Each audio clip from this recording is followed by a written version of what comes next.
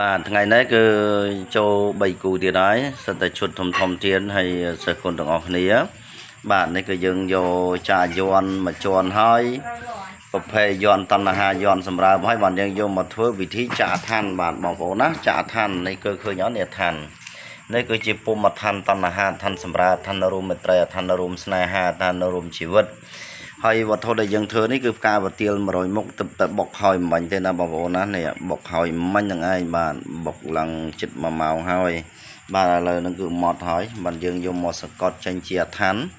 ហើយបន្ទាប់យើងជាឋានហើយយើងយកមកធ្វើពិធីខាបហៅអន្តងចងចិត្តដាស់អ៊ុំអ្នកដាស់សារពើដាស់ទៅគ្រប់ប្រាញ់ដាស់ព្រះដានឋានទៅបែកមេត្រសុំដាស់ព្រះដានឋានធំបែកមេជីវិល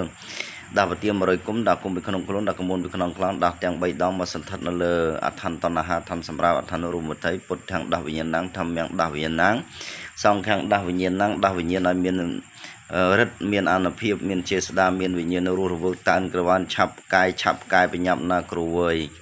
ហើយយើងដាស់ឲ្យនៅហេអឋានណោហេអឋានមកហេអឋានពុអឋានធាអឋានយោអឋានអ្នកអឋានមេអឋានពៈអឋានតៈអឋានអឋានឧអឋានធំ